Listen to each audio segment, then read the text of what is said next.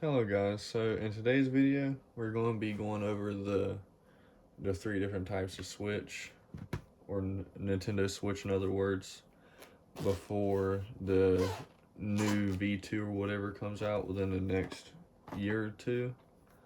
But yeah, I actually have four of them, not three of them, I got four. I had, I did have two of these. I traded one of them for a really nice pair of shoes actually, guys. I paid $50 for one of these, and I traded them for these shoes right here. And these things right now on sale are still $175. And it did come with a box. The box is just in my car because I have unfortunately worn them a couple times out and about. But yeah, these are all the Switches that I actually have. Now I just picked this one up this week. Actually, this is the only one that don't have a dock, and this is actually the only uh, Mario Joy-Con colorway I have going on. It does have a crack right there, but it's got a screen protector, if you guys couldn't tell. The dude who sold it to me actually thought it was cracked itself, and it did come with actually 10 games in a really nice black and gold Zelda case. I only paid $125 for it, but like I said, it did not come with a dock. It came with two of those. I already done had two, but it came with Minecraft, Mario Kart 8, and then I actually have one of them in my Switch. Oh, I just clipped my fingernails today, sorry. And then there's this one, Bioshock, the collection.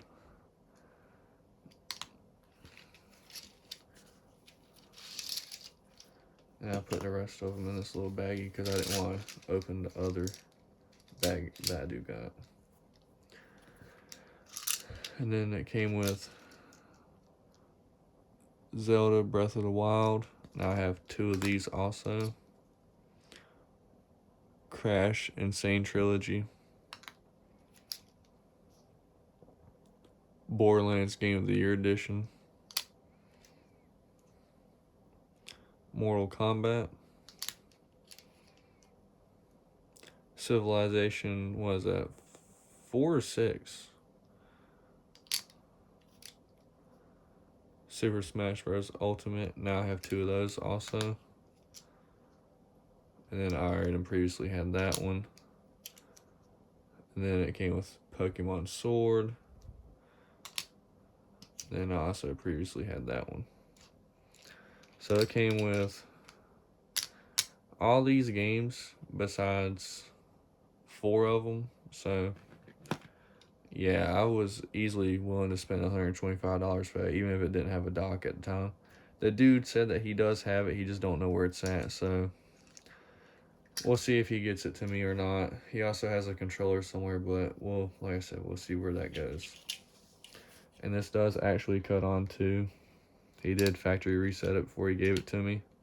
And it also came with a 128 gigabyte SD card, which I really needed because whenever I went to download this into my Switch, all the games were like 5 to 8 gigabytes each because it's 3 games in it.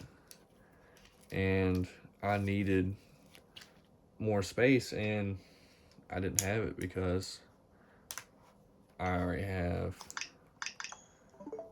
you know, there's 3 of them right there. Then I have that one downloaded in it. The Rebel Collection, I have that one. Assassin's Creed 3 Remastered, then Morbid, One More Island, Crunchyroll, and then Make War. So I had no space on this. But now I do because I took the 128 gigabyte out of that one and put it in the back of this one. And I love this one so much because of this. If you guys don't have an OLED, I highly suggest you get one. Unless you have a kid, then I don't suggest you get one. But yeah, that's one of the main reasons why I got this one. was the back plate. I ain't gotta worry about it snapping off or doing anything too crazy or anything like that. I just set that one right there. But now let's get down to the business side of the video, talking about the different types of switches.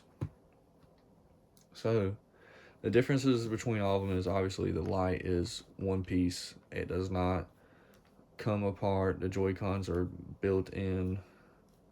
The screen is significantly smaller, but it's kind of perfect, to be honest. It has a really good feel to it compared to these right here. Now, if you can't tell the difference between that, I mean, let's try to get this cut on. And she's dead. So, the screen, yeah, it's a lot bigger. And this is just a first gen version of the Switch. The back of it does not come up, but if you have a kid, this is really ideally for you, or if you like to travel a lot and are clumsy and messy, this is it right here. And plus they come with these really nice cases. I got this one off my cousin, but this makes it into like a more of a controller type feel to it. Makes it feel really good too. Slap this back in here real quick.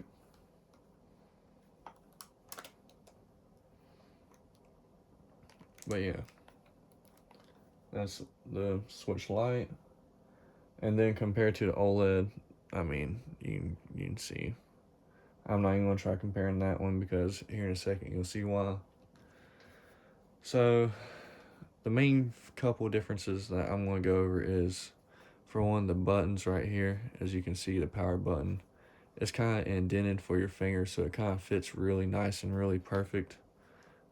As the OLED is more of a flatter, rectangular kinda, and you can't really feel it unless you're really pushing for it. But the volume button is a whole lot nicer. They stick out, they poke out a little bit, and they're bigger, so you can feel them easier. For this one, they're a little bit smaller, but you know, you have the little indentation in the middle, so you can actually tell which one's which that you're messing with and trying to control. And this is the back, like I was talking about, that little pop-up that they got. I see a lot of these that are actually broke. You can't adjust it. That's as far as I'm going. Oh, see, that's going to be as far as I'm going to go with it, because I don't want to really mess with it and risk breaking it. Now for the OLED, as you guys can see, you can basically turn into a book just about. I mean, look at that. That's ridiculous right there. And it just flips up right on back, and look how big the hinges are. It's just so nice, so clean. It's a lot bigger too. But this, it just don't sit right with me like that. It just don't sit right with me.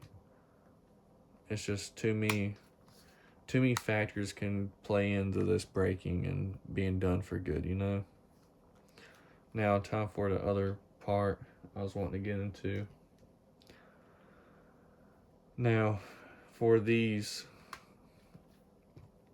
first gens, the screens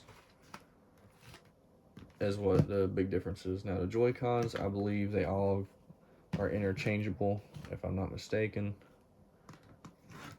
Yes, they are. So there you go, there's that.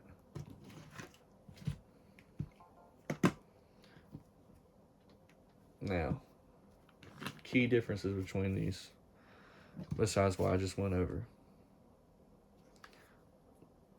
The console themselves, like the tablet themselves, is slightly bigger, Not by a whole lot, but it is slightly bigger. Now, when you cut them on, that's where you're going to see the big difference at. Because for the first gens, you got this really thick black trim around the actual screen itself. And, you know, that's what you get right there. For the OLED, this is what you're getting. You don't have that big old thick black piece right here like you do down there. But that's really the main differences I can tell. Also, this has a higher built-in memory storage than this one does. The display colors, that all that, you know, it being an OLED screen, all that good stuff. But these are the main differences that I could come across that actually like would make a difference in your day-to-day life if you wanted to buy one of these and use it. I do use my OLED pretty frequently. I actually do take it to work and play it. That's why I was almost dead earlier. It's on 21%. But I've been playing a lot of my Assassin's Creed back. Well, if you guys enjoyed that, let me know. I've been really procrastinating on making this video for a while. I know I shouldn't have, but I just have. And then this is what they look like kinda all together. I'm gonna just take this back off. I'll put it back on when the video's done. So you know. And then for another size comparison, scoot that up, scoot that right there, scoot that there. Then we just put that one right there. And looky, ta-da. Now, before I wrap this video up, I just wanted to say appreciate you guys for subscribing and liking the videos and giving me your feedback on the previous one, especially the one with the Pokemon game. I'm about to do the walkthrough of this one since I actually do have a little bit more knowledge on it now. I did go to a flea market last weekend, to my local one, and I picked up this Grimm's Adventure of Billy and Mandy. He wanted 10 for it. I paid 15 for the both of these, and this is still sealed. Carvel Games. This is going to me because, you know, whenever I have people over, why not? Other than Mario or Super Smash Bros. And then I went to the one that actually has really good stuff. And I tried looking for a Scarface game there for Xbox. I couldn't really find it because for a little shop, they have 3 guys working in there. If you go looking around at any place in that little area, I mean it's not much bigger than my room. And when you go to certain areas, like, they'll go and stand there, and I just feel very, I get it, but I still feel uncomfortable with you, like, looking there and staring at me when I'm the only one in here. But I went there in hopes of picking up Digimon Dawn, I think it's the orange cart one. It's not Dusk, it is Dawn. And last time I went there, well, not last time, but one of the times I went there, he was asking 15 for it, which was a while back. And this time he was asking 20 for it, and I was just like, I don't know about that one, man. And then he was asking 15 for Dragon Ball Z Fighters. And I was like, I don't know about that one either. I mean, you're not far off from being brand new. But I did, however, pick up this one right here, the Assassin's Creed for DS. He wanted $10 for it. I was just like, you know what, fuck it, why not? Oops. Excuse my language, but I needed it. Kinda, not really, but yeah. I do have almost every Assassin's Creed now for console-wise. I have Bloodlines for PSP, now I have that one for DS. I have basically almost all of them on disc, besides Unity or Syndicate. I got one of those on disc and the other one digital, but I have literally all the games. So I didn't have that one yet, and I needed it, so I was cool with it. But there's that little side story. Hope you guys enjoyed this little showcase I did. Sorry it took so long. I've been really wanting to make this video for a while, just really procrastinated. And considering I have all 3 consoles, I figured it'd be a perfect opportunity. And I don't know how in depth other people will go into these things, but that's just my 2 cents and what I think about them. The key differences, and if you want to buy one or not.